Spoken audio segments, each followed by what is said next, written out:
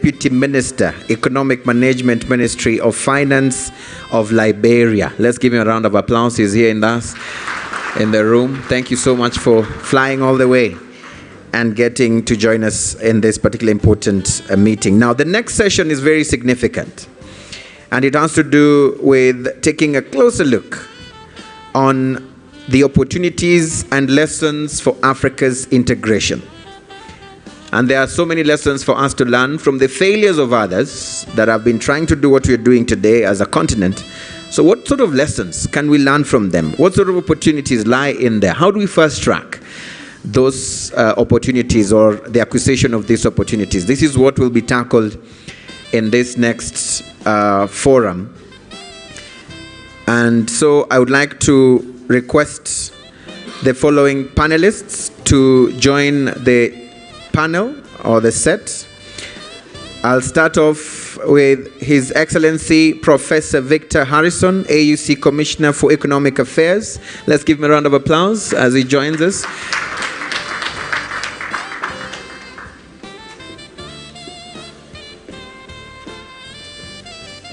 Also, allow me to call Ms. Giovanni Biha, who's Deputy Executive Secretary, United Nations Economic Commission for Africa. Right. Allow me also to call Professor Klaus Zimmermann, President of the Global Labour Organization, Co-Director of POP at UNU Merit, and of course he's also a full Professor of Economics at Bond University. A round of applause to the Professor. Telling you the energy in the room, eh? Put your hands together for another Professor Ademola Ojedide, who's actually the Emeritus Professor of Economics, University of Ibadan, and also the Chairman, Center for Trade and Development Initiatives, Nigeria. A round of applause.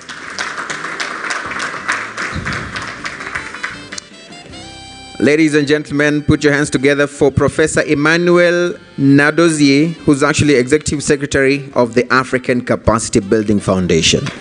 A round of applause.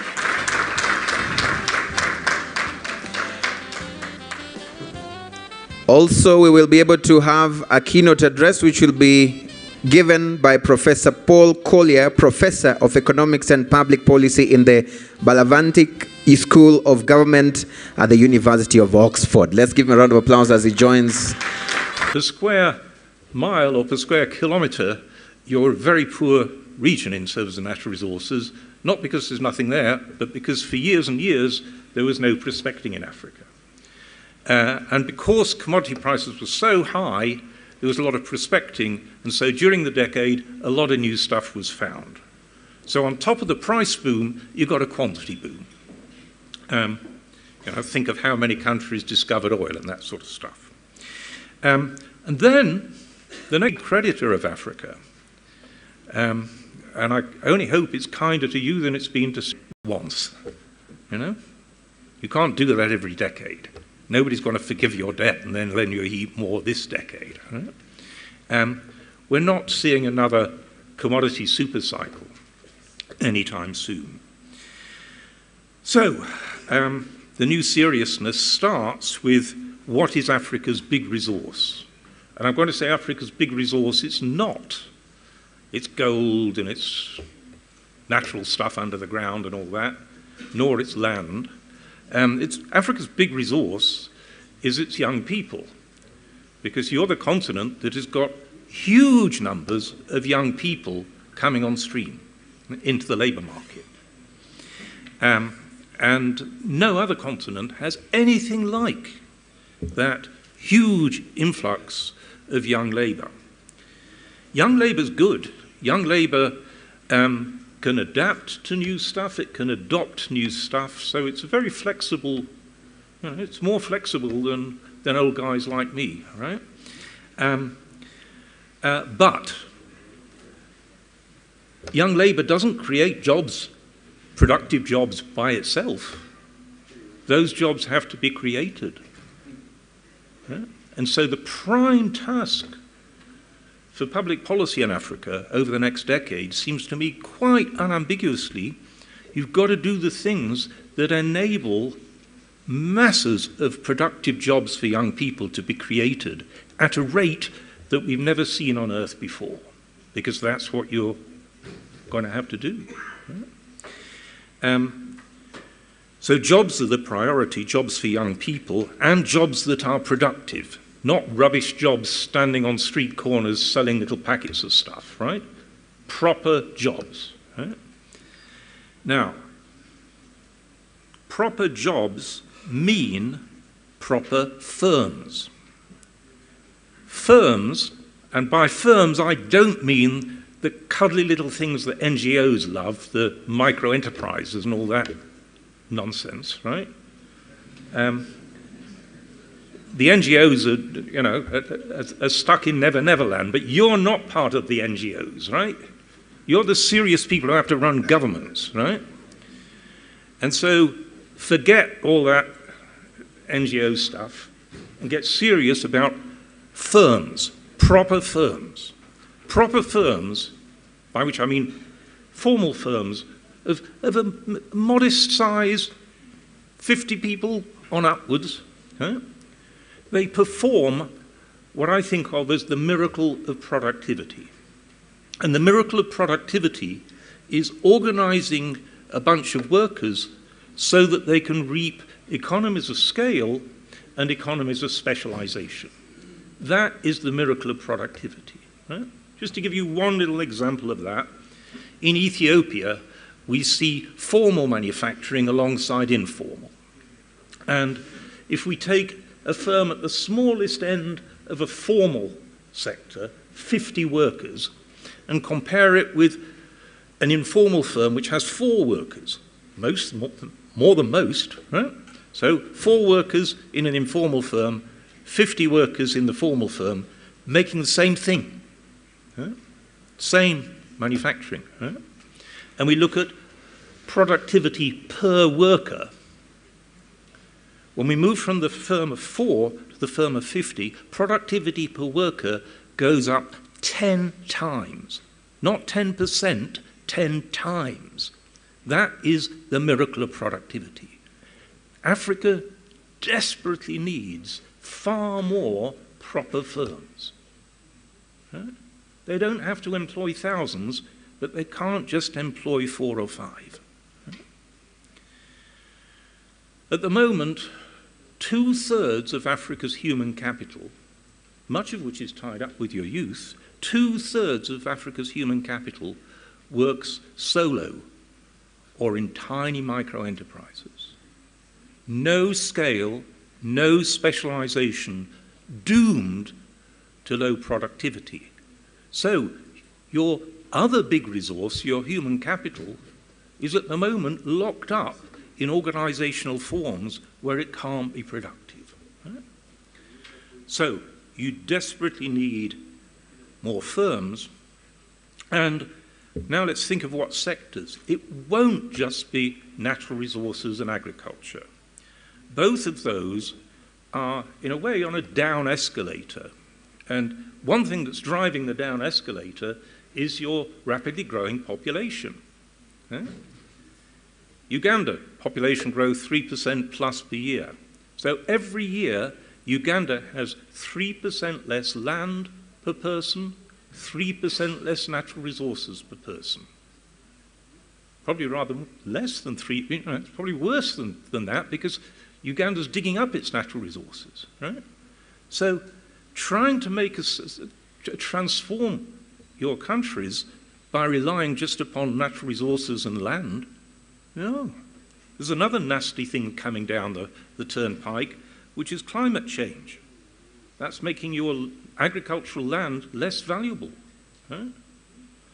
So, diversification into services and industry is really important. So you need these 2 transformations. You need proper firms, and where will those proper firms be? In services and industry. Well, if that's what we're looking for, a lot more proper firms in services and industry, where physically will they locate? And once you pose the question, it's obvious. They will locate in cities. Yeah? cities are Africa's future.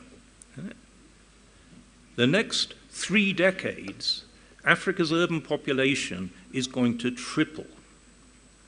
So one way of thinking of that is that if you think of the typical city of 2050 in Africa, 2/3 of it is not yet built. Now that's quite a good news, because the third that is built is often not very good. Right? Because cities only work for firms if they are functional for firms, if they provide an environment in which firms thrive. What do firms need? Well, they need reliable energy, and they need good connectivity. Good connectivity with the workforce, with each other, with their customers. Right? That's what a decent city provides. High levels of connectivity and reliable energy. Right? A lot of African cities don't do that. And so absolutely vital thing in attracting firms, both firms that come from outside Africa and firms that are grown within Africa, and there's no contest between those two. Often, by firms coming, they get imitated. Bangladesh currently has a $30 billion a year garment export industry, vast, right? And that was started by one foreign firm coming in 1980, trying to make garments in Bangladesh. It didn't do very well, but its workforce said, well, this firm's no good at working in Bangladesh, but we know how to do it. And so the Bangladeshi industry, which is now very largely Bangladeshi owned, is firms that were founded by people who learnt from that initial firm. Okay? So, you need cities that have good power supply, energy supply. That will be helped by taking a regional perspective on electricity. Ethiopia is a place which has huge amounts of kinetic energy from water runoff.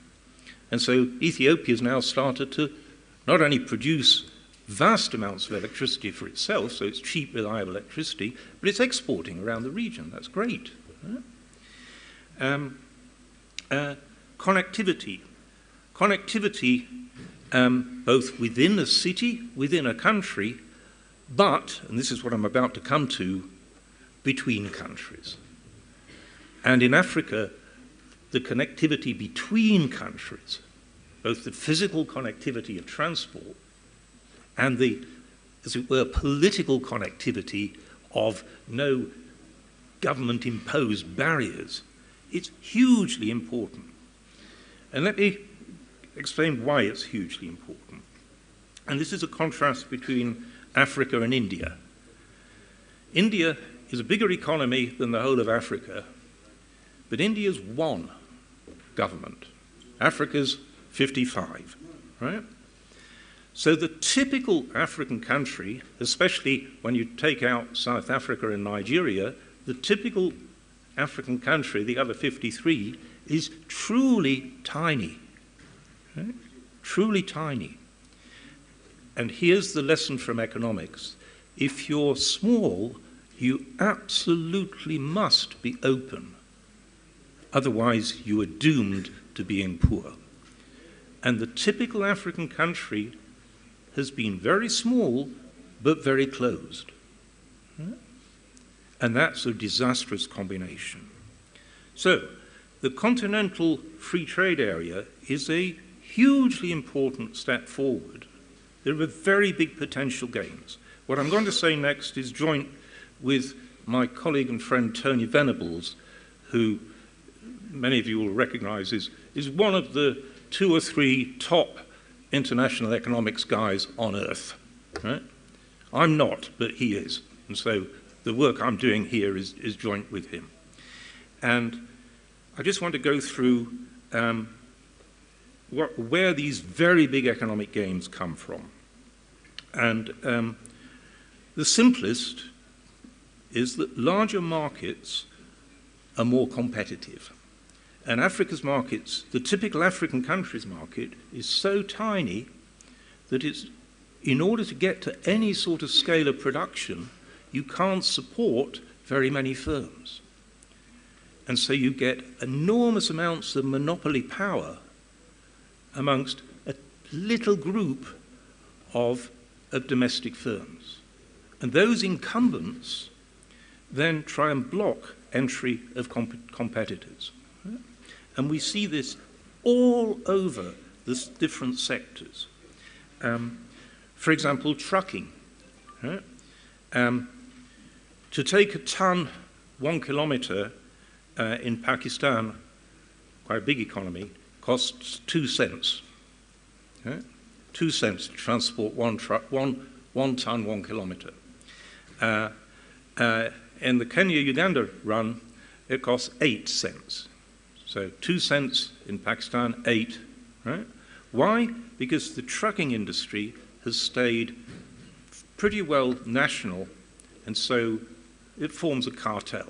Right? So that's just trucking, very basic connectivity service. Then if we look at something really big, the cost of capital equipment. Africa, if you buy capital equipment in Africa, it's very expensive relative to world markets. Right? You're paying way above the odds. Why are you paying way above the odds? Because each market is closed national market with 1 or 2 suppliers for each type of equipment. It's very uncompetitive. Right? For the purposes of coming to this conference, I tried to use some of Tony Venable's stuff to work out roughly, ballpark figure of what sort of gains would there be just from falling prices of capital goods if you had a continental market instead of a national market. And it's of the order of there'd be a 25% fall in the cost of capital goods. Now, that 25% fall in the cost of capital goods means if you spend just the same amount on capital goods as you are now, you'd buy 33% more. Yeah? You used to spend 100 and get 100. Now you only have to spend 75 to get that 100. So you've got 25 left, so you've got another third. Right? So that's the first thing. More competition, lower prices. There's a more subtle, probably more important effect. Where you've got monopoly, you've got the threat of what is called hold-up. You know, if there's a monopoly customer, nobody wants to come in and produce knowing you've only got one buyer. If you've got a monopoly supplier of some input, nobody who needs that input is going to come in and produce knowing that once they've set up, they can be really subject to extortion. And so that fear of hold-up is a huge impediment to investment in Africa, because the typical national market is just not sufficiently competitive. Right? Competition is your friend. Right? It's not the friend of the incumbents. They hate it. Right? And I'll come to that again in a moment. Then, as well as more competitive, here's a surprise effect that you won't know about, because Tony and I discovered it. Larger markets will produce more urbanization, bigger cities. Okay? So we looked at, for example, if you stick 10 African countries together, 10 small African countries, and you make them one, and suppose you start with these 10 countries, each having their biggest city with 3 million people. What happens when the 10 countries are stuck together as one? Well, on average, those cities grow from 3 million to 5.5 million. So they nearly double. Yeah? That's good news because bigger cities are more productive for the people in them than smaller cities. Yeah? So you get a further productivity boost. So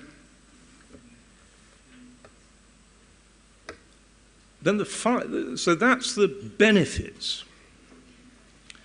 The reason you've not reaped these benefits so far is that incumbents, the incumbent firms, these monopolies and cartels, desperately resist new entry.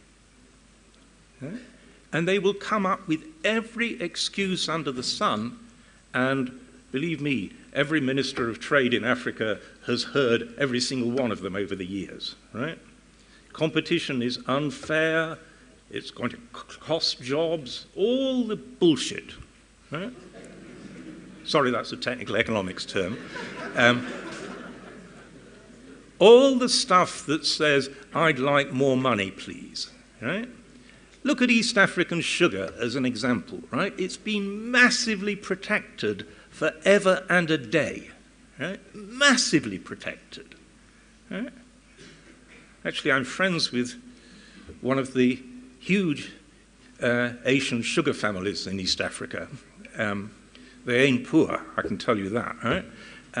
But productivity in African sugar is still way below world levels. Right? You've been protecting this little infant for years and years and years, and it's never gone up. Right? That's what happens. Ask yourself this question when you go sort of back to your room this evening. The business leaders in my country, if they are under pressure to increase profits, what do? Do they, A, try and organize the firm so that it's more efficient, or B, come, and I draw to a close. But this is a very, very important point. If the brutal punchline, stronger countries within the continent. Okay? The barriers to outside serve to protect the strong at the expense of the weak within the continent. That's of market access that you give to Europe. And you must not give developed countries, any developed country, privileged market access. Right? That is ruinous for you. It's not what Europe should be asking, market access. And so, to my mind, market access to Europe should be set as a condition that you can have it as long as you participate in the continental-wide free trade area. Now, I'm out of time, and I haven't talked about beyond trade. But beyond trade, which you'll talk about for much of the day, is truly important. Right? For example, trade needs good infrastructure. Infrastructure is one of the public goods that is much too big to be supplied only in tiny nations. It needs to be supplied either at a regional or even at a continental level. That's the infrastructure agenda, and then there's also a governance agenda. It's very useful for societies to build checks and balances on abuse of power, and regional authorities are a good way of doing that. That's one of the things that European Union has managed to do, build checks and balances on the abuse of power when power occasionally goes awry in particular nations. Right? Sadly, my own nation is going to walk away from that. Right? Try and build that sort of checks, communal, regional checks and balances on the abuse of power, and start with regional courts. Cede some real power of decision and authority to courts at a regional level. On that note, thank you very much.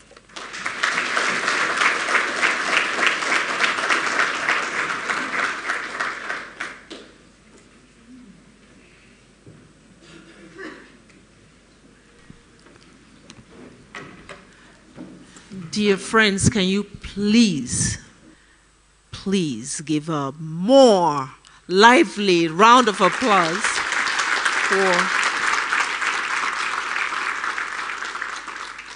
Professor Collier. I think that is a keynote address of a century. We have to really recognize this moment because Professor Collier has given us a lot of food for thought.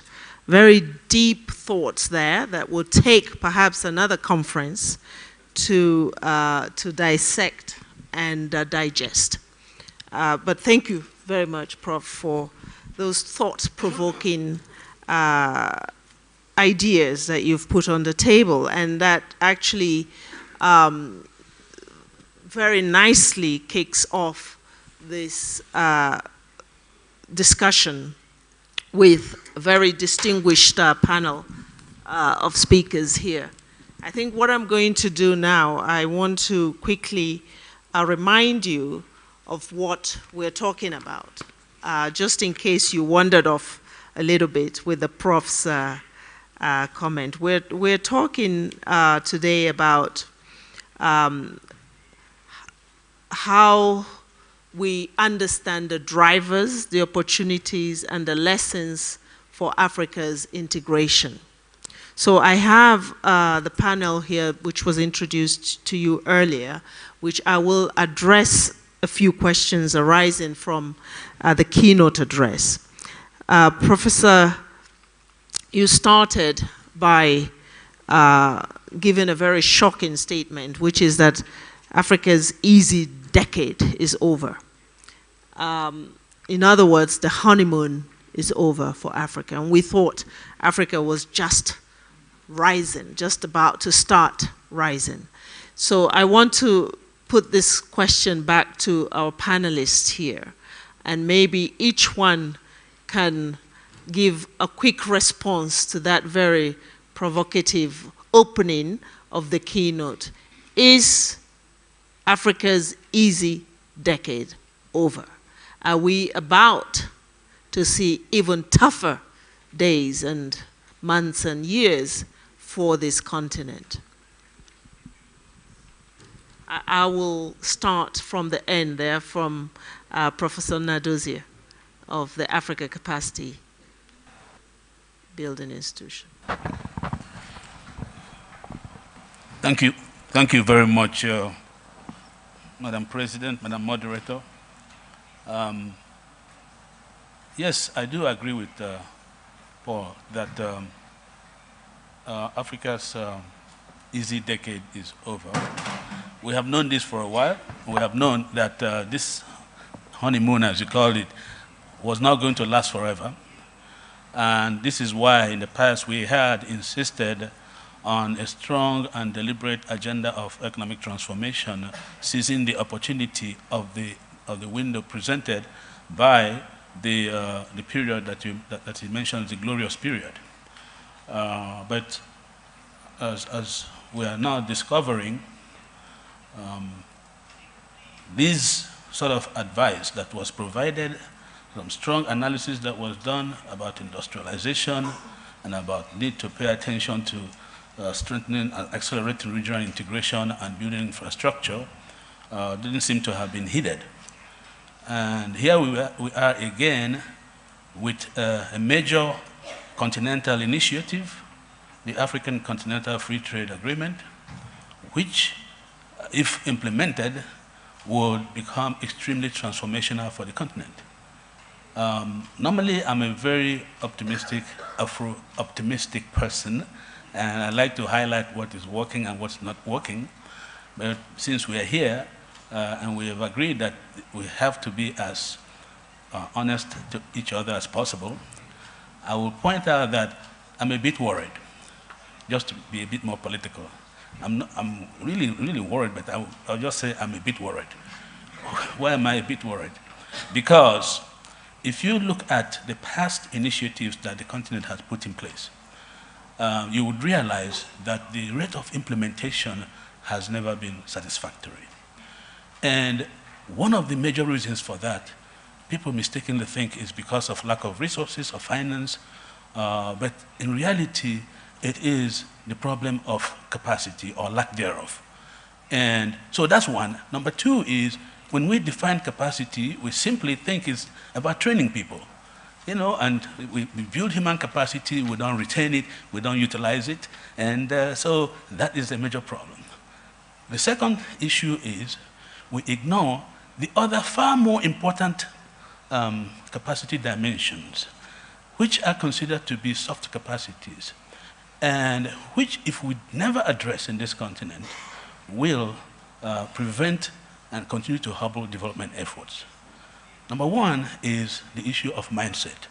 I know we're in an economic conference, and we tend to be technical about these issues, but the role of politics is always important.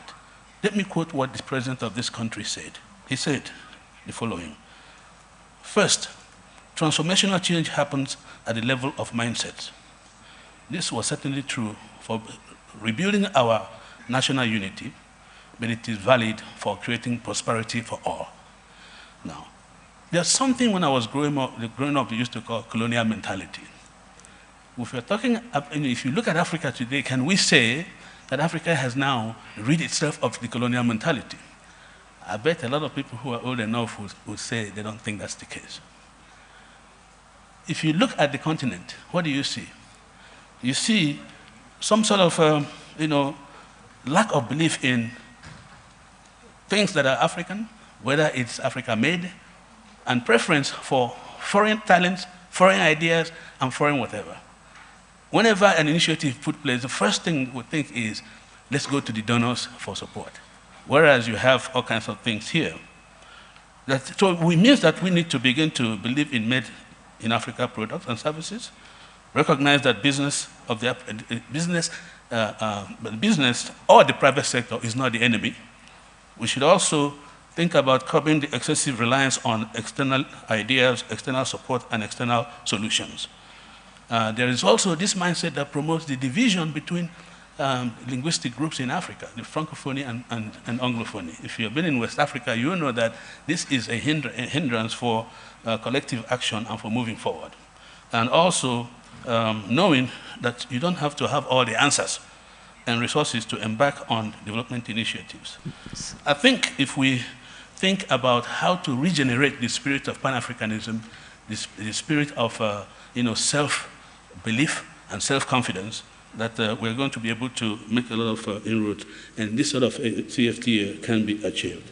So all in all, I don't want to monopolize the time because there's too much to be said. I thought that I would highlight this issue as a key issue that we're constantly ignoring as a capacity issue, only focusing on the technical ones that are easier to solve. Last but not the least is, all these things will not happen without leadership. And how do I define leadership? I define it as the difference between this country and the countries that surround it, its neighbors. Whether you're talking about Burundi, you're talking about DRC, you're talking about Uganda, or you're talking about Tanzania. That is the way I see it. I see the difference is where that lies. And we need to pay more attention to leadership capacity and how to develop it at all levels and how to make it work. Thank you. Thank you, Professor Nnadozie. If I may turn to Professor Oyejide. Professor Nnadozie has dwelt on the issue of mindset change, the fact that that remains a tall barrier in helping Africa move forward on regional integration. Would you agree with that? And if not, or if you do, can you also add a few words about what are the barriers you see that need to be removed for Africa to really leverage its past gains in integration, but also get up to the cutting edge of joining the global community as a serious player on the economic domain? I will leave the mindset thing with him. I would rather look at something else. It's related to the same stuff. The evaluations that have been done on regional integration over time have shown that we haven't made progress. Everybody seems to agree on that. But if we follow from the theoretical basis of what Paul had to say, we need to go back to look again at why regional integration works. We've always assumed that it will work once we get together and we implement all these things and so on and so forth. But there is one fundamental problem in African countries that suggests, to me at least, that even if you removed all the trade barriers today, you really won't move far. Why? Because among African countries, you do not have the necessary base of complementarity. African countries do not produce what their neighbors want. There is no amount of reduction of trade barriers that will remove that. If you had more complementarity, trade barriers would not stop trade. It will still happen. Somebody recently published a paper that tries to look at Africa integration and integration in other climes. 1962, this is from that paper. The EU had a complementarity index of 41.7. Currently, African countries have an average of less than 20. When you are starting from a base where complementarity is low, there is not very far you can get. So the usual things that we say about the reason why we are not making progress is because African countries are not implementing their commitments. But a question related to that would be this. Did these countries actually understand the so-called commitments they were making? What kind of discussion went on in those countries to lead to them to make those commitments? And I'm going to speak about my country, that's Nigeria. In 1980, the Lagos Plan of Action, signed in Nigeria. In 1991, the Abuja Treaty was signed. None of those two was negotiated in the way that trade agreements are negotiated. Now we have AFCFTA. It's also not been properly negotiated. The commitments on trading goods, they're talking about it, it's the key to the whole thing, because that's where you want commitments actually to be implemented. Okay? Yeah, they came here in March this year and signed a framework. Now they're going to do commitments, hopefully, brightly. But they will not be implemented. Why? Because I do not know of any country that has actually studied this carefully and related the things to its own economy. There are going to be losers, there will be winners, and as Paul said, you have to have a system that puts in place a compensatory stuff so that every country that's participating knows there's something to look forward to. When we do this thing on the ground level, which is 55 countries negotiating, it's actually impossible. That's why the regs were created. And whether we like it or not, we better not destroy the regs. Because within the regs, the countries are number small enough and perhaps more homogeneous than the big one, and they can do proper negotiation there and see how we move forward. So it seems to me that we do need to remember where we are, and therefore what is actually possible in a regional integration idea. Paul went through the theories, and that's the basis on which we are doing it. But we are not designing our regional integration programs in the context of those theories. We are expecting dynamic effects without inputting the inputs that will actually lead to those effects. What we've done so far, the amount of trade liberalization we have done, relates to measuring trade ratios. Okay, how much proportion of total trade is intra-trade? But that is, it defeats itself because we know there will not be a lot of intra-trade because the countries are not producing complementary things. So that, in my view, is we are putting, which one is it, chicken before the egg or egg before the chicken? Unless we solve the problem of complementarity, it doesn't seem to me there's very far we're going to go. So mindset, in the sense that we are building policies without paying enough attention to the theoretical basis of what we expect at the end of the day. Thank you. Thank you, Prof. So that's a really big challenge out there for this continental free trade area agreement. Are we putting the horse before the cart or the chicken before the egg? What are some of the policy considerations that should have been taken into account in negotiating the agreement, and how do states deal with the outcome at the implementation level?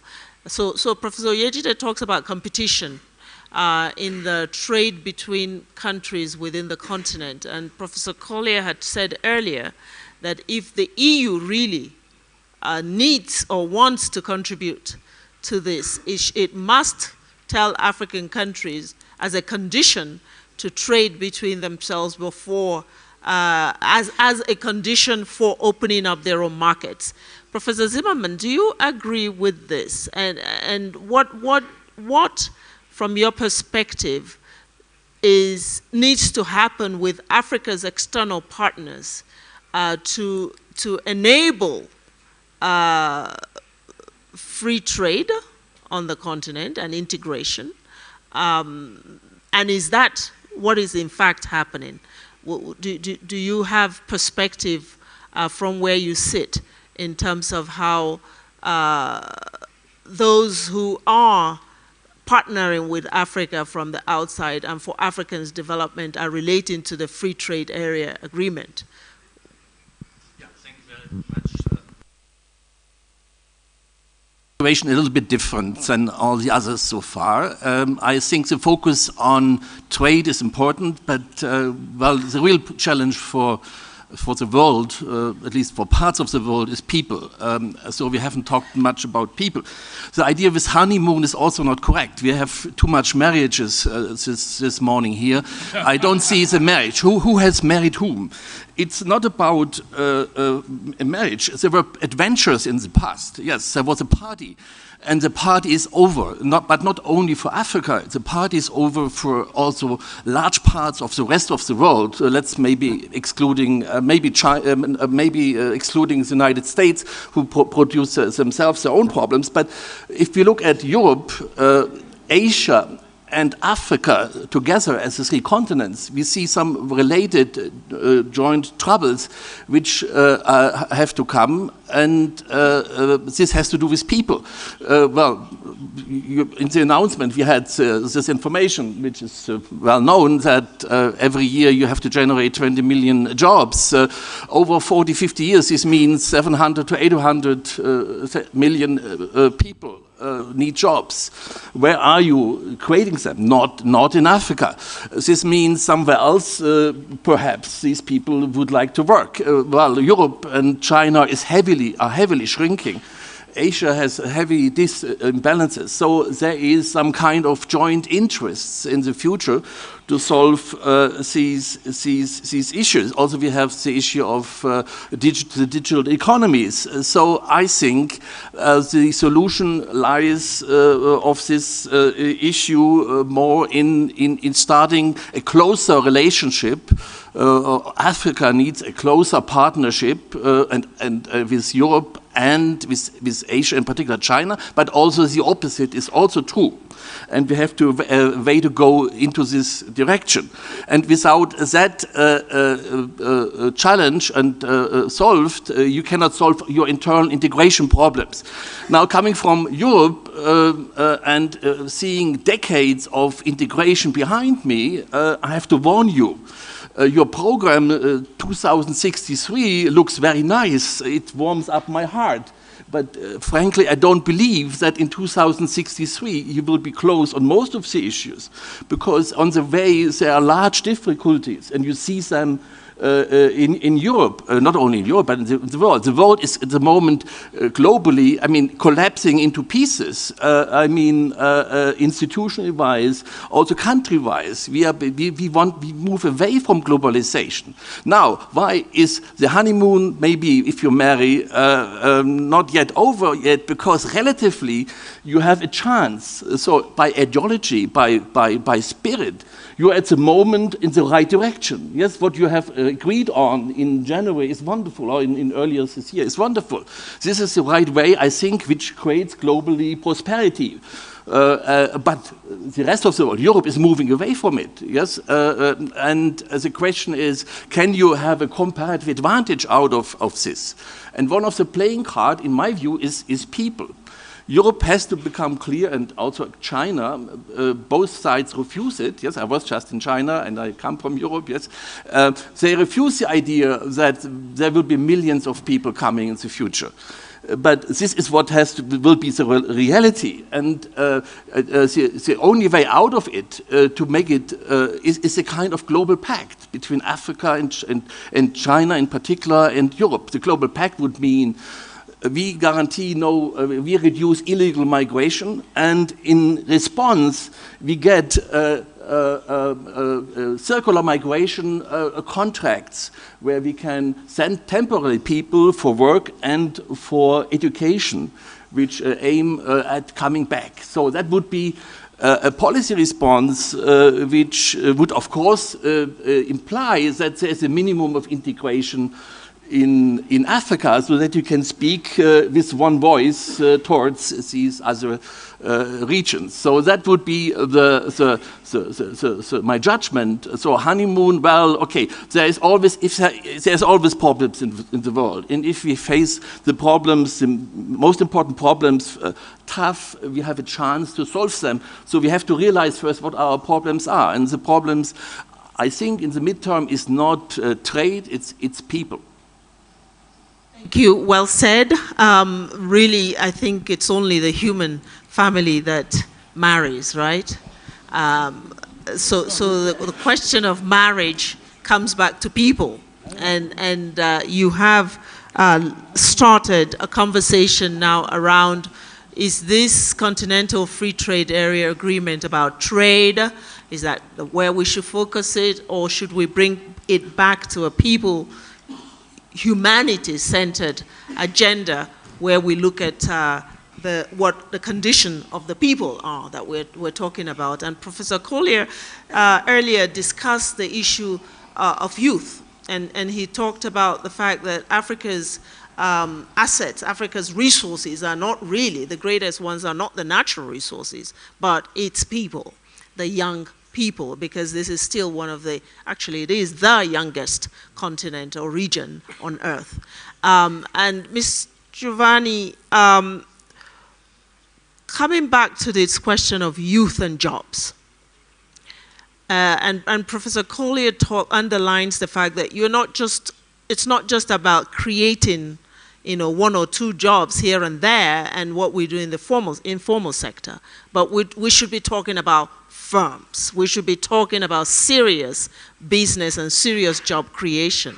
Do you think that given the institutions that we have on the continents now, supported by ECA through the AU, but also at country level, that Africa is poised in this century and this decade to be able to create this mass number of jobs for its burgeoning youth population? And if not, what are some of the musts, the game changers that you can identify to make this possible?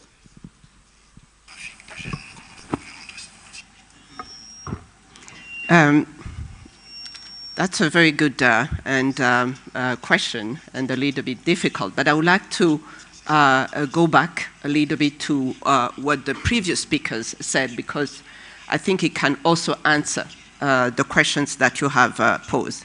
First of all, I think I agree with Professor Zimmerman. I have a slightly different picture.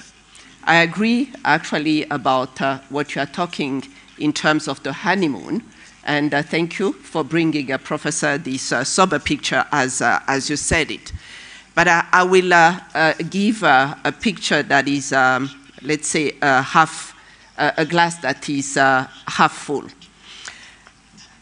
I think it's one said earlier that the institutions on the continent that worked with African governments have been advocating, in fact, I would say almost for the last 10 years, for structural transformation and putting in place policies that will enable a number of countries to implement strategies of economic diversification and moving away from the dependence on primary commodities. But I think, as also Professor Collier said earlier, I think that probably, given the international system at the time and the demand for commodities, this was not a very conducive environment, especially for many countries that are rich in natural resources. So I think they just went with the older model until they hit actually the bottom, and we are in this situation. Now, having said that, I think it's also during the hard times that actually probably very good policy decisions are made. So I think actually the situation that we are in now, it's a great opportunity to push for those policies. And a number of governments have already started, including those governments that are oil producers, that were dependent on commodities such as oil and gas. Let's even take the countries in the Central Africa region, where you have countries such as Equatorial Guinea, countries such as Gabon, a country like Gabon that has really started to diversify its economic base, and a few other countries that are really following up and seeing that the model that they had before was not working. So this is good news. That's why I would like to see this glass half full.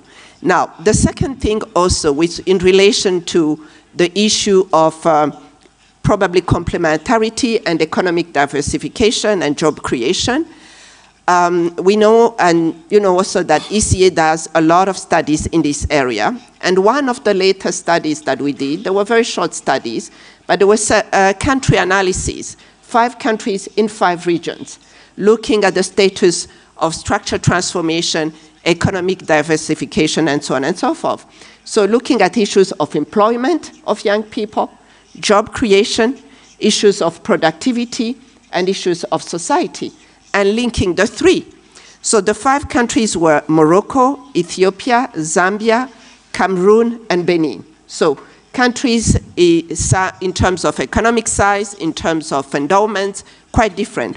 But very briefly, what are the findings?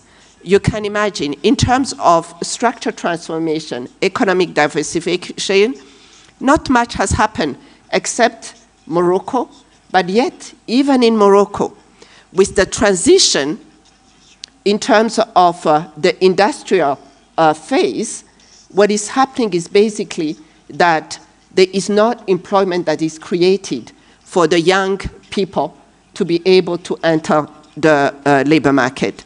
Now, Ethiopia, yes, it's at an initial stage, but we can't talk for the time being of a diversified economy. They are still very dependent on primary products.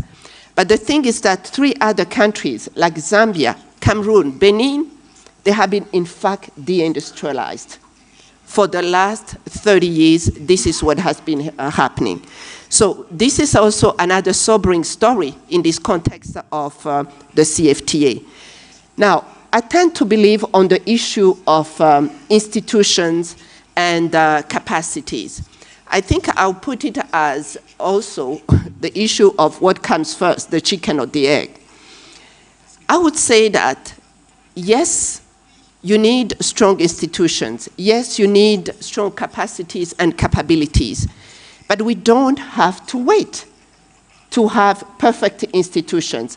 And the example that we heard earlier, for example, about Bangladesh, I don't think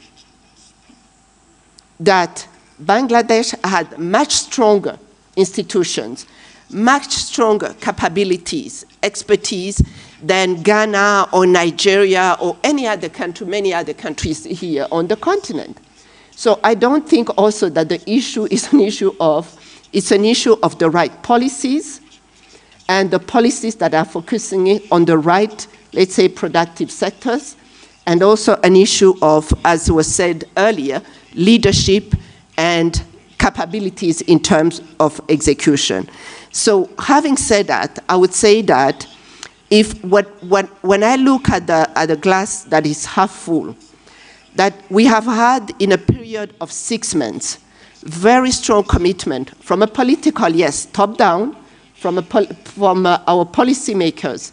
But looking at what has happened in the 6 months, I tend to believe that if we really keep the momentum, if all of us are there to support the process, because as many said, the challenges are going to be in the implementation, that it's going to happen. So, yes, if we diversify, yes, if we open the economies, I think that if we open to competition, if we open to actually building these medium firms that are already on the continent, because let's remember, we are not starting from scratch.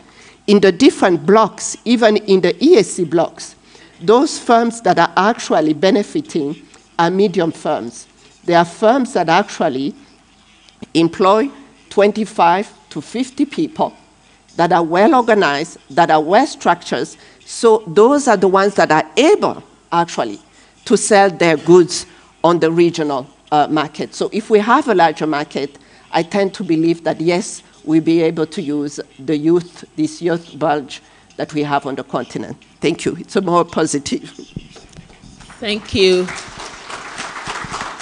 Thank you very much, Madam Giovanni, for those words of wisdom. You know, you start to touch on what we, back to the people agenda. You know, is it about institutions? Is it about people? And people could argue that people make up institutions. If you don't have the human capital to run institutions, those institutions will not be effective. So I want to turn to you, Professor Harrison. What do you think would be required, particularly from the AU to and from the countries, from the member states, to have this contract between states and citizens? You know, you have the institutional makeup of countries, but what will it take for the leadership of the continent to begin building bridges with its citizens, with private sector, with civil society organizations, all those other elements that make up the ecosystem for an effective integration to happen? Because people often talk about the AU being about the politics and about the institutions. And what is required, what additional measures would be needed from that organ to begin to include the non-state entities that are equally required from all the conversation that's being had here to make for successful and sustainable integration?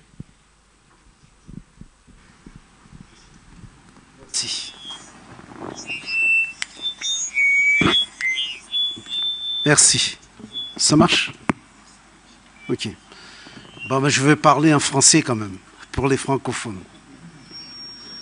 Après tout ce qui a été dit, je vais répondre de la manière suivante. L'agenda 2063 ne bouge pas tous les trous. Mais c'est mieux d'avoir un agenda que de ne rien avoir. L'agenda 2063, c'est un engagement de tous les États membres. On ne peut pas tout réaliser d'un coup. Nous analysons ici l'aspect économique, mais il y a 7 aspirations dans l'agenda 2063. Et par rapport aux moyens, c'est là qu'il faut voir également par quel bout y prendre. Le problème de développement en Afrique actuellement, il y en a plusieurs raisons. Je prendrai le problème de paix et sécurité. sans paix et sécurité, il n'y aurait pas de développement. Je prendrai le problème donc de changement climatique. Tous ces points-là rentrent donc. Et n'oubliez pas que le processus d'intégration est long. L'Union européenne a mis combien de temps pour en arriver là? A mis combien de temps pour en arriver là? Est-ce que là, vraiment, avec le problème de la Grèce, est-ce que l'Union européenne n'était pas secouée avec la dernière crise économique? Et donc, je voudrais pointer ces points-là, là, vraiment. Je suis tout à fait d'accord. Si on va parler de zone de libre-échange continentale, il y a des mesures d'accompagnement là-dessus. J'en ai déjà parlé dans mon discours tout à l'heure. L'énergie, les capacités humaines, la connectivité. Vous voyez le problème en Afrique actuellement? Le transport aérien s'est développé plus rapidement que le transport terrestre. C'est un défi. On en a besoin de entre 130 milliards de dollars à 170 milliards de dollars par an pour les investissements. On a des projets continentaux. Le PIDA que j'ai annoncé tout à l'heure. Mais il y en a, c'est vrai également, et je suis tout à fait d'accord. Mais c'est là le rôle de l'intégration. Il faut jouer sur la complémentarité et la solidarité. Je vous donne un exemple. Si vous traversez l'Afrique du nord au sud, on consomme de riz venant d'où? L'Afrique importe 24 millions de tonnes par an de riz, alors qu'il y en a des pays qui sont potentiellement en mesure de produire du riz. C'est là donc là vraiment. Et qu'est-ce qu'on a fait avec le marché? On a toujours l'habitude de voir le nord. On a oublié le marché de proximité. Ça a été dit tantôt que le marché est très petit. Mais projetons dans le futur. En 2050, la classe moyenne africaine est estimée à 1,1 milliard d'habitants. C'est un marché énorme que l'Union européenne, avec 300 millions de consommateurs, tout simplement. Projetons-nous, analysons-nous ce qui est là maintenant et projetons-nous. C'est là vraiment l'Afrique. Je reviens à la question de tout à l'heure. Quels sont les problèmes actuellement de l'intégration? Il y en a beaucoup. Il y en a la rationalisation des REX. Il y en a des pays qui appartiennent à 3 communautés économiques régionales. Il y en a des contraintes d'appartenance à une communauté à une autre qu'il faudrait régler. Quelle est donc la mise en face de la politique nationale par rapport aux politiques régionales? C'est le problème d'intégration. Le secteur privé national a peur de l'intégration. Je faisais dans un pays que je ne vais pas noter ici une campagne de sensibilisation sur le CFTA au mois de mai dernier. Et le secteur privé a peur. Mais pourtant, dans ce pays-là, ce pays appartient déjà à 2 communautés économiques régionales. C'est la lecture d'opportunités, tant aussi bien au niveau des pays, au niveau du gouvernement, qu'au niveau du secteur privé. Il y va. L'inclusivité passe au niveau des pays d'abord. Est-ce que le pays sent donc là vraiment l'avantage de l'intégration et on monte, parce que c'est ça, excusez-moi, l'intégration, ça va donc, les communautés économiques régionales jouent un rôle clé dans l'intégration. Et il y en a des expériences qui marchent. Je le dis ici. La combinaison, par exemple, au niveau du commerce, ça avance. Et ils ont mis en place des institutions financières pour supporter le commerce. Mais combien de pays jouent le jeu? C'est encore autre chose. Il y a l'accord tripartite. Combien de pays ont ratifié? C'est ce que je disais tantôt dans mon discours tout à l'heure. Les décisions politiques, il y en a, mais la mise en œuvre des décisions, c'est le pas que nous devons franchir en Afrique. C'est le pas que nous devons franchir en Afrique. Avec les partenaires. Je vais tout, donc là, vraiment essayer. Avec le partenaire. N'oublions pas que les partenaires viennent pour chercher leur intérêt. L'Afrique est là vraiment convoitée actuellement.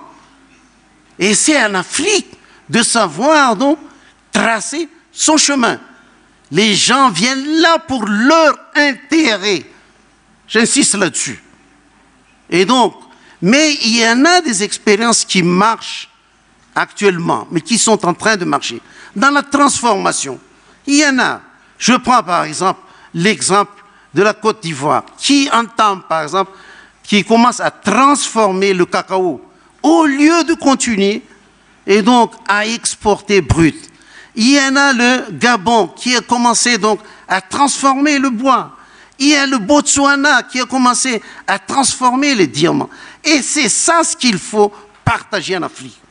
Au lieu de chercher des exemples d'ailleurs, capitalisons ce qui marche en Afrique. Faisons des partages de bonnes pratiques. C'est ce qu'il faut. On en a donc là de cette manière. Jouons sur la complémentarité et la solidarité. On mettra du temps, mais il ne faut pas s'arrêter. Il ne faut pas se décourager. Ça, c'est le message de l'Union africaine. Donc, pour une intégration efficace, donc, connecter les citoyens. Ça, on en a fait. On en a fait. On a commencé déjà. Qu'est-ce qu'on en a? Je dis, c'est le transport aérien. Faute donc de développement des infrastructures, le transport aérien s'est beaucoup développé en Afrique par rapport au terrestre. On en a donc le free movement of persons. On va le mettre en place et accompagner de mouvements des capitaux. Il y en a de l'argent en Afrique. Mais est-ce que l'argent en Afrique est utilisé? Je peux vous donner les fonds de pension en Afrique sont évalués à 334 milliards de dollars. Les fonds souverains à 160 milliards de dollars. Et les flux financiers illicites, que l'argent que nous perdons 50 milliards de dollars par an. Mais vous voyez, l'aide au développement est combien? 29 milliards de dollars. Et ça va où, ces flux financiers illicites? À vous de répondre à ma question. C'est là le développement de l'Afrique. Il y en a de l'argent à mobiliser. Il y en a des ressources à mobiliser. Allons-nous donc là vraiment réaliser nos engagements. Allons-nous pas à pas. Parce que là, il y en a des négociations à faire. Comme ce qui a été fait au niveau des communautés économiques régionales, et il faut aller. Il faut former, je reviens à ce qui était dit au départ, le capital humain. Il faut former nos jeunes. Je suis tout à fait d'accord là-dessus. Vous savez, je vous donne un chiffre. Sur 12 millions de jeunes Africains qui rentrent sur le marché d'emploi chaque année, il n'y en a que 4 millions tout simplement qui trouvent d'emplois décents. Et donc, que chaque pays prenne les mesures adéquates pour faire face à ces problèmes-là et qu'on en arrive au niveau de l'intégration continentale. On en arrive d'abord régional, puis continental. Nous mettrons du temps, je dis encore, je répète, nous mettrons du temps, mais travaillons inlassablement et soyons patients. Si les autres viennent nous aider, tant mieux. Qu'ils nous aident en respectant notre vision. En respectant notre vision. Merci.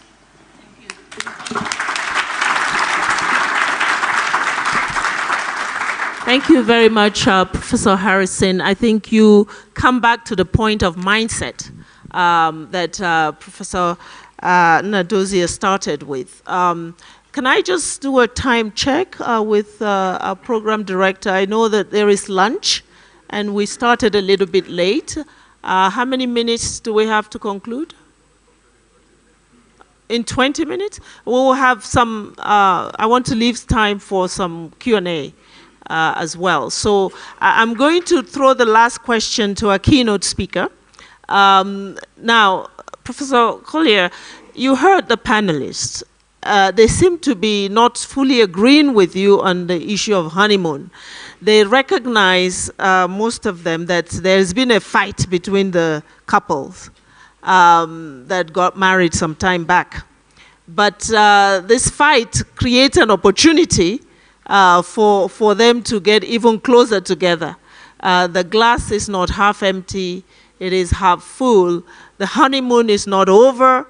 There is a second honeymoon on the way as a result of the opportunity that has been created by the 10th year anniversary, wedding anniversary. So when you look at the continent, as you started by saying that it's really over in terms of the boom, do you think that the difficulties that the next decade bring could lead Africa to a better place rather than a worse place? And if so, what must Africa take into account in utilizing, they say never waste a crisis. Let's assume that we're in a crisis state with the honeymoon being over. What are the opportunities even within this crisis, or that the crisis actually affords Africa to move forward? And I also would like you to comment a little bit on the point that Professor Zimmerman made about migration. I know that migration is not the topic of this, but it does come in as we look at jobs for these millions of youth. Would you agree with his point that Africa needs to enter into some kind of a global pact with the receiving countries to end irregular migration and in its place institute circular migration? Is this an answer for Africa's job situation? First of all, I think I didn't use the honeymoon analogy, that's yours, I think. What I said was the easy decade is over. And I didn't hear actually any pushback on that. On the contrary, I heard quite a lot of agreement on it, right? Easy is over. Easy was easy, but unsustainable, right? You get your debts forgiven, you run them up again, right? You benefit from a temporary, huge commodity boom. It's over, right? Easy is over. Now, is that an opportunity? Very much so. I entirely agree with your proposition that it's when times get tough that people get serious. Now, we started with the example of where's the future already happening in Africa? Right here in Rwanda. Now, let's go back and say, why is it Rwanda that's got ahead and is already forging a viable future? And it's because if we go back to 1994, this country was in a catastrophic situation. It had just had a genocide. Yeah. On top of that, it was landlocked, deeply landlocked, no significant natural resources, very overpopulated. This had all the makings of a complete meltdown. Yeah. And out of that has come the most successful growth story that Africa's produced, right? And why? Why? Because people got serious, right? It wasn't just one genius. He is a fantastically good leader, right? He's learned how to be a good leader because he knew he had to be, right? It was quite obvious in the case of, if you were a leadership group in Rwanda, if you didn't get it right, you'd be even deeper into nightmare. And so that concentrated minds. What I'm suggesting is because easy is over, now is the time for the rest of the continent to do that. The last decade has in a way been a bit of a diverting interlude. It was this unsustainable phase when things looked good, but they were easy. Now, they're not easy anymore. Good is going to come from getting tough things right. And as you said, now is exactly the right conditions to do that. So that's the answer. Now, let me just say a word on what Ademola said, which is completely right, that you've got to get basically win-win. If it isn't win-win, then it's not politically viable. But I think that there's actually a lot of opportunities for goods that at the moment are only traded within a nation, but can be traded within a region. For example, there's a huge amount of business services. And business services should not be just traded in a nation. They're not very suitable for global trade, but they're very suitable for trade across a region. And there's a big category of stuff like that. Foods. I forget who said it, but it's completely dumb that Africa's importing rice. Completely dumb. There's plenty of areas in Africa that are capable of growing rice, and that will then become a regionally traded good. Africa doesn't have to export rice to the rest of the world, but it can export rice from one country to another. And so there's a lot of scope for jobs in proper firms, firms that grow from the 20 to the 50 and that sort of thing, that harness Africa's human capital so that it can realize the economies of scale and specialization.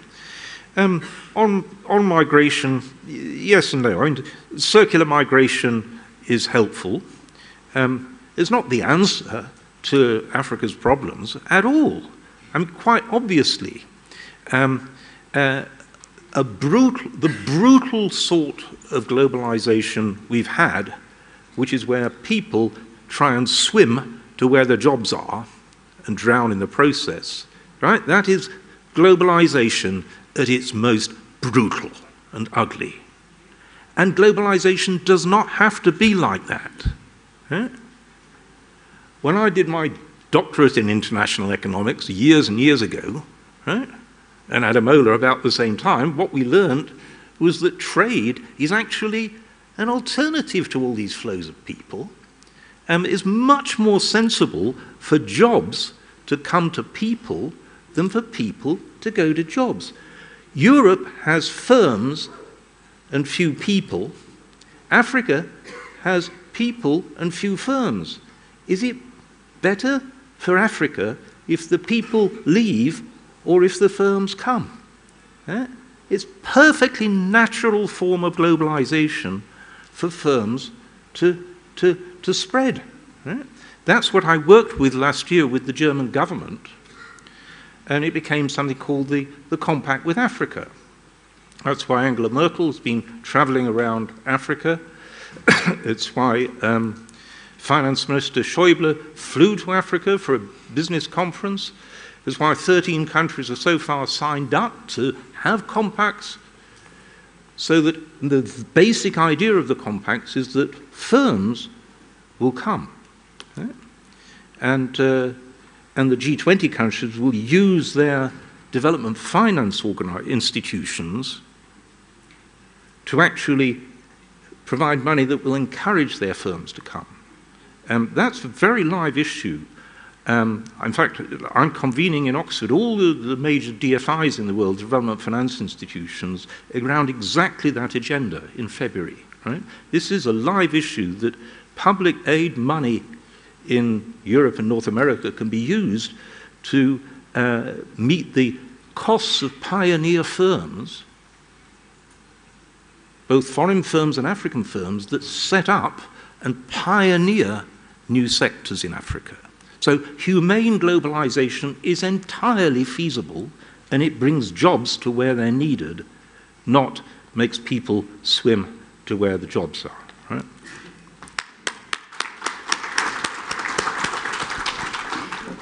Excellent, thank you. Let's spend the last 15 minutes perhaps in some Q&A. I'll take a couple of questions, make it short, and we'll be able to take 3 or 4 before we close. I'll start with Agnes. Can you please pass the microphone around? This table here.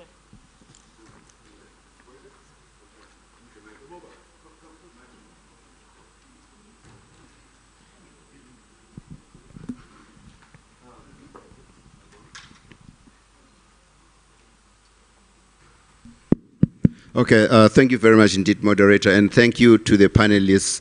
I just want to refer to 2 points made by Professor Demola on the importance of economic complementarity in Africa. We've not paid enough attention to that, I think.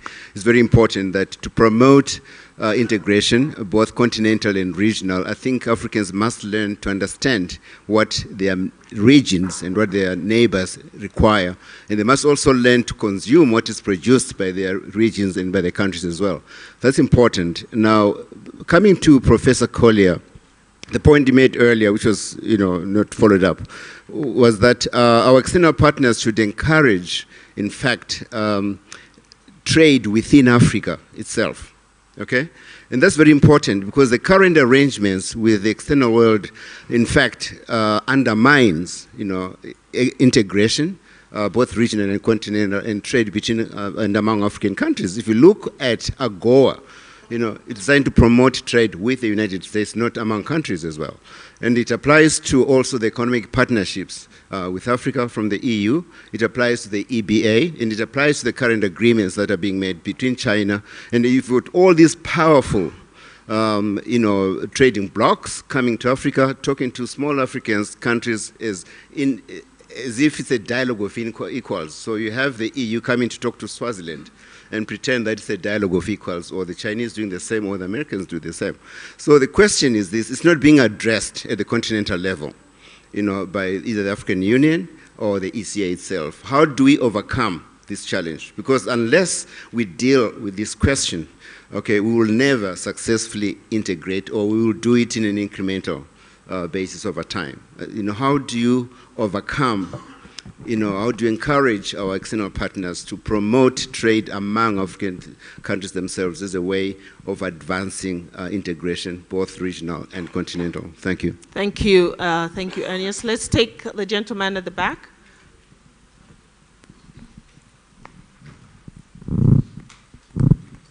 Yep. Good. I'll keep my own very short. My name is Sylvanus Kweku, Professor of University of Guelph, Canada. My question goes to Professor Collier. In your keynote, you talked about that if you're a small economy, it's always good for you to open up your economy. And but now we've seen that there's a lot of anti-globalization sentiments rising, especially in North America. And we've seen like Brexit from where you're coming from. We've also seen the stalemate of NAFTA almost collapsing. Do you think that when we're talking about African continental integration, we should take a cue from this? Should we tread cautiously until we are able to put up maybe policies that can also ensure that we can redistribute the wealth? That Tony Venables talks about, that economic integration creates both winners and losers. Should we tread cautiously until we do that? Yeah, thank you. Let me take the lady in the back, one female voice over there. From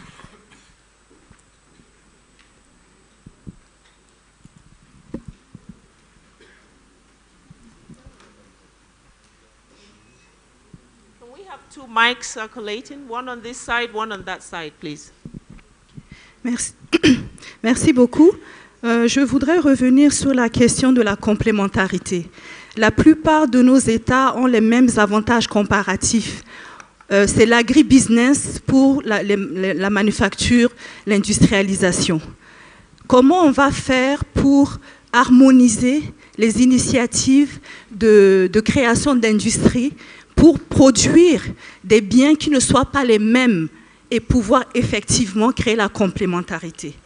Ça, est-ce qu'il y a des moyens d'harmoniser pour arriver vraiment à être complémentaires et à ne pas produire les mêmes choses. Quand on regarde les politiques nationales des pays, la plupart du temps, on constate que c'est l'agribusiness qui est promu. Mais comment faire en sorte que ce soit complémentaire? Et enfin, le professeur Collier l'a dit, le commerce international, c'est avantage comparatif du travail en Afrique, avantage des firmes en Occident. Il faut pouvoir échanger. Il faut que les firmes arrivent ici. Mais il faut que les conditions puissent être créées pour que les firmes arrivent.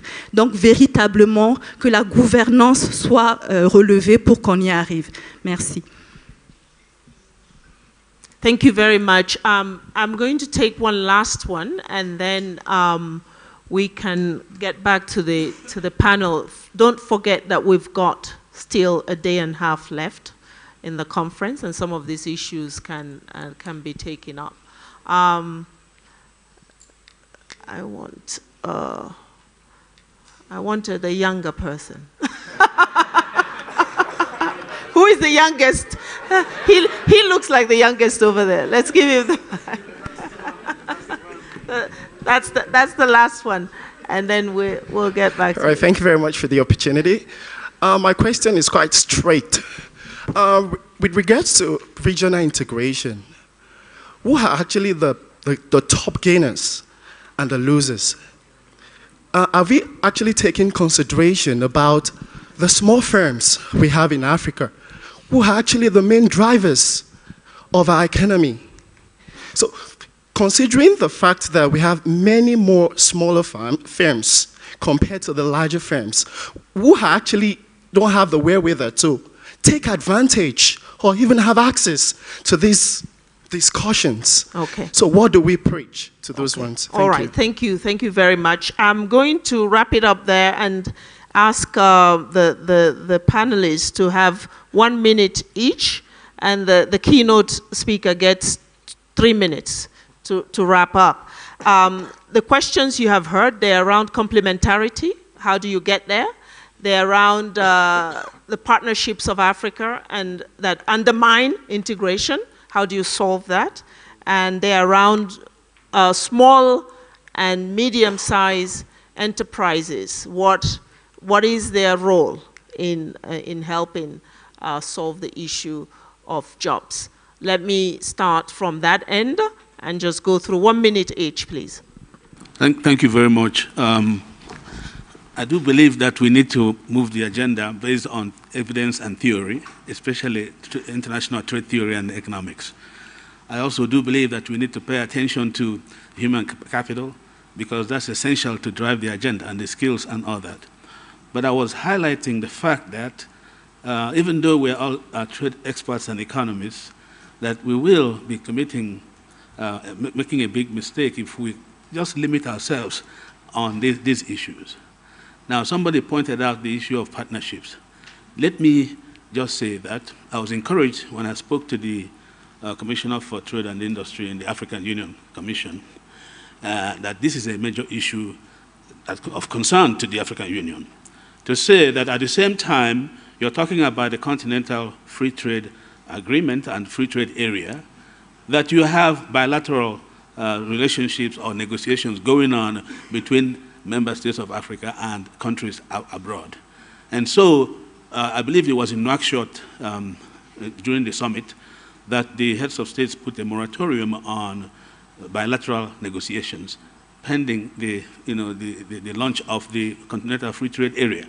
So, and in that regard, 2 countries have now been written to ask them to explain how they can reconcile their ongoing negotiations with the US or with someone else vis-a-vis what, the CFTA. Last, Madam, please. Let me end it with this honest observation. You see, in Africa, you can go to certain countries and somebody asks you, where are you from? And you say, you're from Togo. And they say, oh, you're from Africa. This is somebody in a country in Africa saying that you are from Africa. The same people will say to you, oh, I'm traveling, where are you going? I'm going to Africa. But you are in a country that is in the geographical space called Africa, but you say you are going to Africa. I mean, is this not something that's real? I'm asking you, is it not true? Okay. But I'm just pointing out that we need to think about whether people see themselves first as Africans before they see themselves as from their own countries. So this spirit of Africanness is something we must champion and promote strongly. Thank you. Professor Yejide, please. 1 minute. I think the issue of complementarity is important. It hasn't been paid attention to from way back, but it's a design problem. Because when you design your regional integration liberalization system, you want to build that into it. If you believe that the African countries that can grow enough rice to feed the rest of Africa, then when you want to deal with that particular subject matter, you pay particular attention to it. If there are other products for which that does not apply, then you bear that in mind. Now, from what I see of the AFCFTA, that does not appear to be behind their mind. They are thinking of a wholesale, across the board kind of thing. And that's why it's important to actually break down what are the products for which we do have some kind of complementarity, on the basis of which you can build. So it will require a more specific design effort to ensure that we are targeting the right kind of things we want to do. Thank you. It's complementarity. I still think that trade and migration are not substitutes, they are complements. And this is valid not only between continents, but also within Africa. So both has to go together.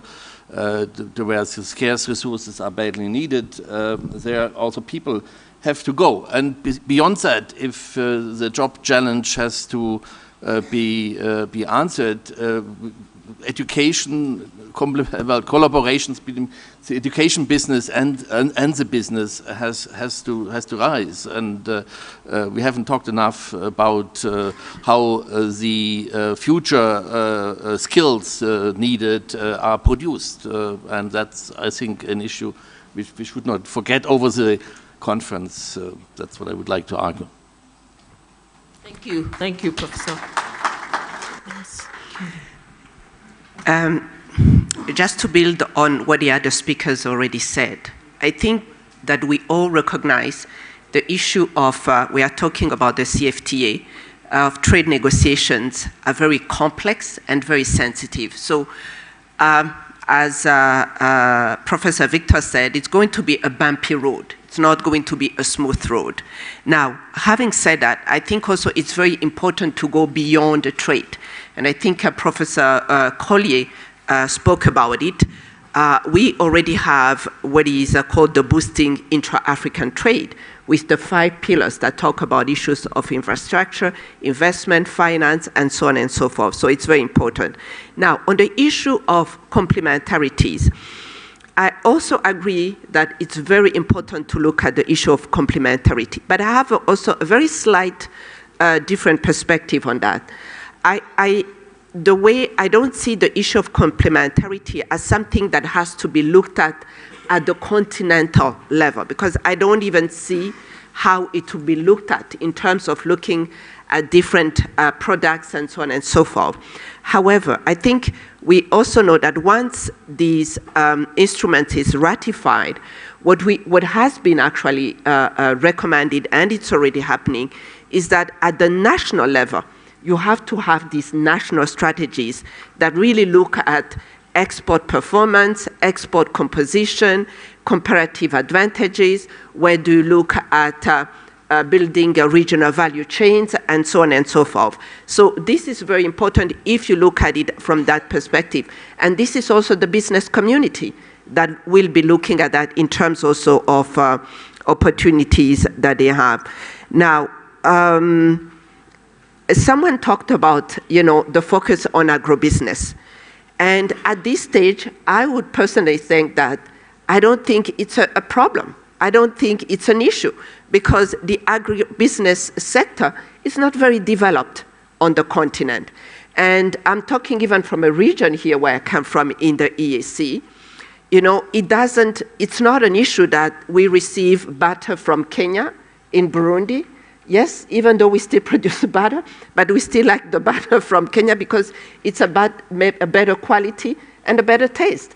So there is still a lot of space, and early analysis from ECA actually demonstrates that the largest gains in terms of sectors that are going to develop are actually in this sector, agribusiness and also the service sector. Thank you.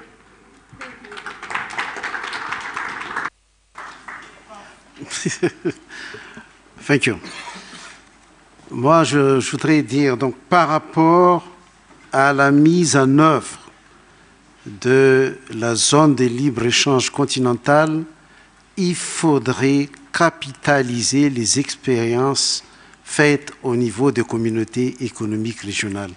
Il y a des négociations sur les barrières tarifaires et les barrières non tarifaires, et c'est à partir de là qu'on devrait donc capitaliser les expériences donc d'un côté comme de l'autre.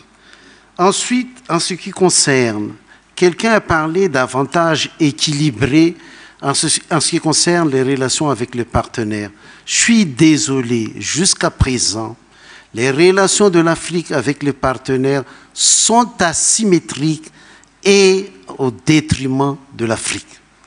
Enfin, pour la complémentarité, je trouve à harmoniser les initiatives, moi je trouve que c'est une voie à prospecter et qu'on le fera au niveau des communautés économiques régionales. Dans l'agribusiness, la particularité d'agribusiness jusqu'à présent, c'est que l'agribusiness, pour les produits de rente, pour le produit à exporter, mais qu'est-ce que nous allons consommer? C'est moi qui ai donné le chiffre sur l'importation du riz. Qu'est-ce que nous allons consommer? Et moi, je pense que c'est au niveau des communautés économiques régionales, dans un premier temps, qu'il faudrait harmoniser les initiatives. Je vous remercie. Thank you, Prof. Last word from our keynote speaker. Thank you. You know, the one word I've not heard this morning is productivity. And yet, the growth process is about productivity of workers going up. Right? That's what has to happen. There has to be rising productivity in order for Africa to grow. Now, in that context, I want to show that although complementarities are desirable in getting win-win, even similarities are quite okay. Even if you've got two countries doing identical things, if you open them up to trade, that drives up productivity. And the reason is, it drives up competition. Remember, your starting problem is your markets, your national markets are so small, there are very few firms doing, you know, one activity in this country. There are a few firms doing the same activity in another country. If you open those two countries together, there are more firms serving the same market. Neither group like it. They both prefer to keep things cozy. We'll have our market, you have yours. By forcing them. No, you're on market. They have to compete. They hate it. They'll tell you all sorts of ridiculous stories of why you shouldn't do it. But that competition drives up productivity. That's the process you've got to ignite if you want to grow. You had a very good point about these deals with foreign countries are all actually at the moment causing regional disintegration because they're one country doing a deal, whether it's America doing AGOA or it's Europe doing economic partnership disagreements or whatever it is, right? They're all basically cutting across the regional groupings, let alone the continent as a whole. And so the continent needs to push back against those things. They're very unhelpful. Winners and losers. Winners and losers occur both between countries and within them. I mean, the revolt in America is about redistribution within the country that's been neglected, you know? And so, of course, we have to build systems both within countries and between countries that are better able to accommodate redistribution.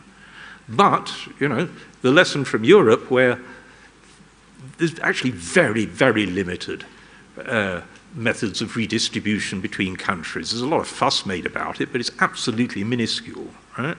So the lesson really is you've got to design things in such a way that there's a lot of mutual gains and not much gaining at the expense of one country gaining at the expense of another country.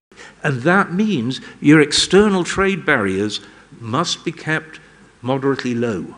Because as you go in for big external trade barriers, that produces the powerful internal redistributions within the continent. You get these big winners who are the strong countries, and losers, and the losers quite understandably don't like it, and they veto it politically, they pull out. And that's what's happened again and again. So it's got to be designed for mutual benefit. There's huge scope for mutual benefit because your markets are so tiny, sticking them together, big gains, but big gains in the context of low barriers to the outside world, negotiated such a way that those low barriers to the outside world actually also include the outside world having low barriers for you, but in a way that doesn't tear your continent apart. Thank you. Thank you very much. It's difficult to sum this up, so I will just try to highlight a couple of things that struck me in conclusion. One is the fact that Africa's easy days may be over, easy decade may be over, but that decade has led to new opportunities. And in the difficult times ahead, Africa can indeed seize opportunities to be creative and innovative. And in fact, the CFTA is perhaps born out of this realization that there is an increasingly difficult competitive environment for the continent. The second is that Africa's greatest asset and resource may well be its youthful population, but that this youthful population will not by itself create jobs. And therefore, there has to be a move to ignite productivity on the continent so that productivity can drive job creation. And complementarity is good, but it has to be accompanied by similarity, or the similarity is equally good. And because then you create competition that then drives productivity. I think there is also consensus here around the issue of partnerships and the fact that the current foreign deals that the continent is making actually contradict its aspiration to integrate, and therefore a need to push back on that and come up with strategies to align the foreign partnerships or deals to this desire to have continental free trade area and movement. I think also compelling is the assertion that jobs have to go to people, not people to jobs, particularly when the trek is one that is brutal, and that policies in making this relationship between Africa and the world should be geared towards a move of jobs, of firms, of economies that are active to where the people are on the continent. If we want to stem issues around irregular migration and joblessness on the continent. I think finally is the issue of mindset change. The fact that Africans have to start with themselves, to embrace their Africanness, and also to be conscious of the fact that there are no friends without interests, and that if Africa is to develop, it must be based on Africa understanding these competing interests and also prioritizing the interests of its own people. in its policies and its deals and relationships. So with that, I think there was a lot more that came out of this that I hope will be carried forward in tomorrow's discussions and also later today. So, but please join me in thanking this distinguished panel.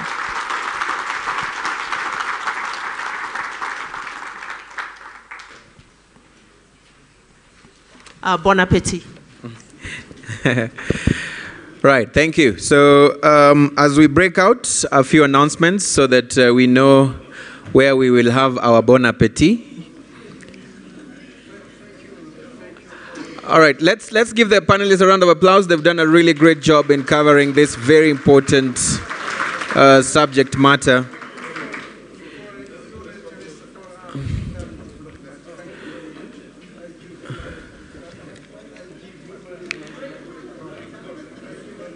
The next announcement I'm about to make is very important, so we'll wait a bit just for the photo session.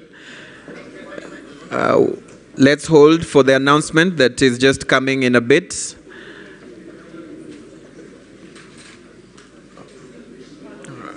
All right.